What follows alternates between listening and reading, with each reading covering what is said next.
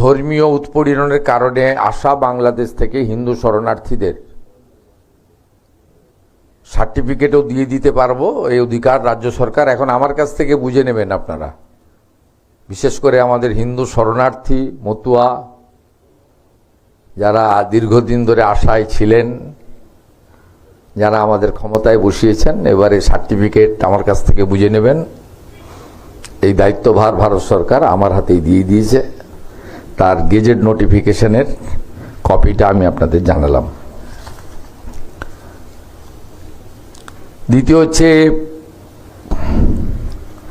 আমাদের পশ্চিমবঙ্গে আজকে আমরা নোটিফিকেশন করে দিয়েছি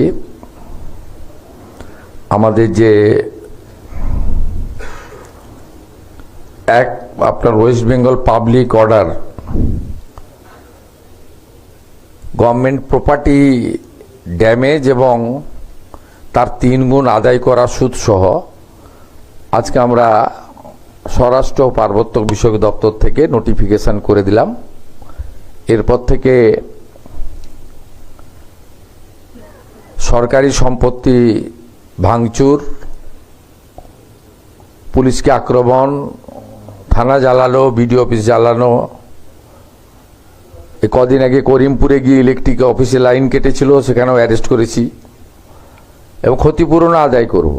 তার আজকে আমরা রাজ্যপাল মহোদয় সই হয়ে যাওয়ার পরে আজকে রুল জারি করলো পশ্চিমবঙ্গ সরকারের পক্ষ থেকে। গুন্ডা দমন অ্যাক্টের একটা পার্ট এটা কার্যকর হয়ে গেল, আর একটা পার্ট রাষ্ট্রপতি মহোদয়ের কাছে আছে। এটা একটা মেন পার্ট, এটা আজ থেকে কার্যকর হয়ে গেল, মানে রুলস আমরা করে দিলাম। থার্ড হচ্ছে, নিউ টাউনে আমাদের আদানি গ্রুপ, আপনারা জানেন করোনা আদানি আমার সঙ্গে মিট করেছিল। নিউ টাউনের ওরা 2000 বেডের হসপিটাল করতে চায়, 1000 bed for poor people free, 1000 for বাণিজ্যিকভাবে। তা আমি ওনাকে লিখিত কনসেন্ট দিয়েছিলাম, আমাকে মাননীয় গৌতম আদানি চেয়ারম্যান গ্রুপ, তিনি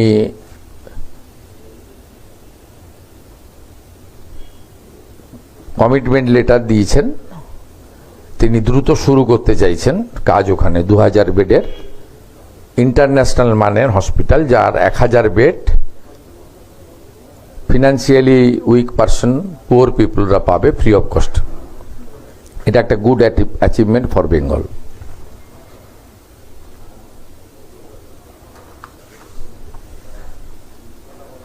আপনাদের কিছু আছে?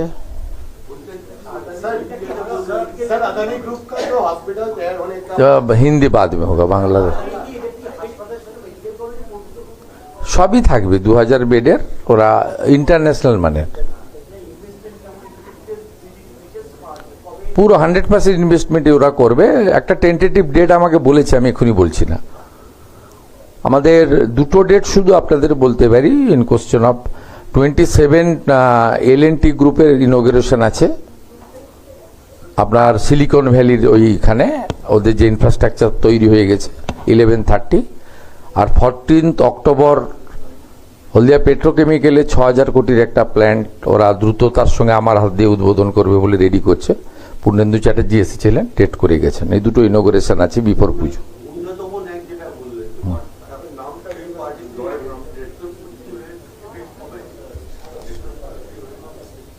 এই আইনে সব পরিষ্কার বলা আছে। বিধানসভায় পাস হয়েছে, যাই গভর্নর সেটা সই করে দিয়েছেন, অনারেবল গভর্নর। বিধানসভা আইন যেদিন পাস হয়েছে, আইনে পরিষ্কার নোটিফিকেশনে বলা আছে। দুটো পার্ট ছিল। এইটা তো আপনার act means the West Bengal maintenance of public order act 1972, তার amendment. Claim Commission means the Claims Commission constituted under Section 15D of the Act. Claim petition means a petition presented under Section 15A or Section 15C of the Act. Form means form amended of this rule, এই রুলটাই যেটা pass করা হয়েছে, এই রুলটার নাম হচ্ছে West Bengal maintenance of public order rules 2018, তার amendment. আচ্ছা, এই আইনের 2 নম্বর পৃষ্ঠাতে রয়েছে নির্দিষ্টভাবে যে কোনো প্রাকৃতিক সম্পদ যদি কেউ জোর করে দখল করে তাহলে তাকে গুন্ডার আওতায় ফেলা হবে। অভিষেক বন্দ্যোপাধ্যায়ের বিরুদ্ধে একাধিক অভিযোগ রয়েছে, প্রাকৃতিক সম্পদ ধ্বংস থেকে শুরু করে ইত্যাদি। পার্টিকুলার কারোর নাম বলবো না, হিরো হবে না। আপনাকে বলেছি তো অনেক কিছু বাকি আছে, তো 110 দিনে সব চাইলে হয় নাকি? ওটা তো একটা বড় কাজ। দুর্নীতিগ্রস্ত পিসি ভাইপো, তাদের দুর্নীতির একদম চূড়ান্ত পর্যায়ে মানুষ তো ভোট দিয়েছে শুধু উন্নয়ন ভাতার জন্য নয়, চোরেদেরকে চরমতম শিক্ষা শাস্তি দেওয়া, তাদের সম্পত্তি বাজেয়াপ্ত করা, সেই বাজেয়াপ্ত করা সম্পত্তি অকশন করা, নিলামে চড়ানো, সেই নিলামের টাকা সরকারি কোষাগারে জমা করানো, এসব অনেকগুলো এজেন্ডা দিয়েছে। তো এত তাড়াহুড়া করছেন কেন? 60 মাসের জন্য তো জিতিয়েছেন, 110 দিন হয়েছে তো মাত্র। মমতা বন্দ্যোপাধ্যায় ফেসবুক লাইভ করছেন এবং বলছেন আমায় যদি মহিলাদের নিয়ে নামতে না দেওয়া হয় আমি সন্ন্যাস গ্রহণ করব। মমতা বন্দ্যোপাধ্যায় বলছেন আমায় যদি মহিলাদের নিয়ে নামতে না দেওয়া হয় আমি সন্ন্যাস গ্রহণ করব, এবং 5 মিনিটে যে দুধ কাণ্ডটা যেটা ঘটেছে তার প্রেক্ষিতে বলছেন যে সংশ্লিষ্ট পরিবারের দায়িত্ব তিনি নেবেন। কি কাণ্ড ঘটেছে? 5 মিনিটে যেটা অগ্নিমিত্রা পল এটাই করেছে, চলে না দেওয়ার সময় এই দুটো বিষয় নিয়ে তিনি আজকে আলোচনা ফেসবুকে। তো ওই মহিলাকে উনি উনার বাড়িতে রেখে দিচ্ছেন না কেন? হ্যাঁ, নিয়ে যান।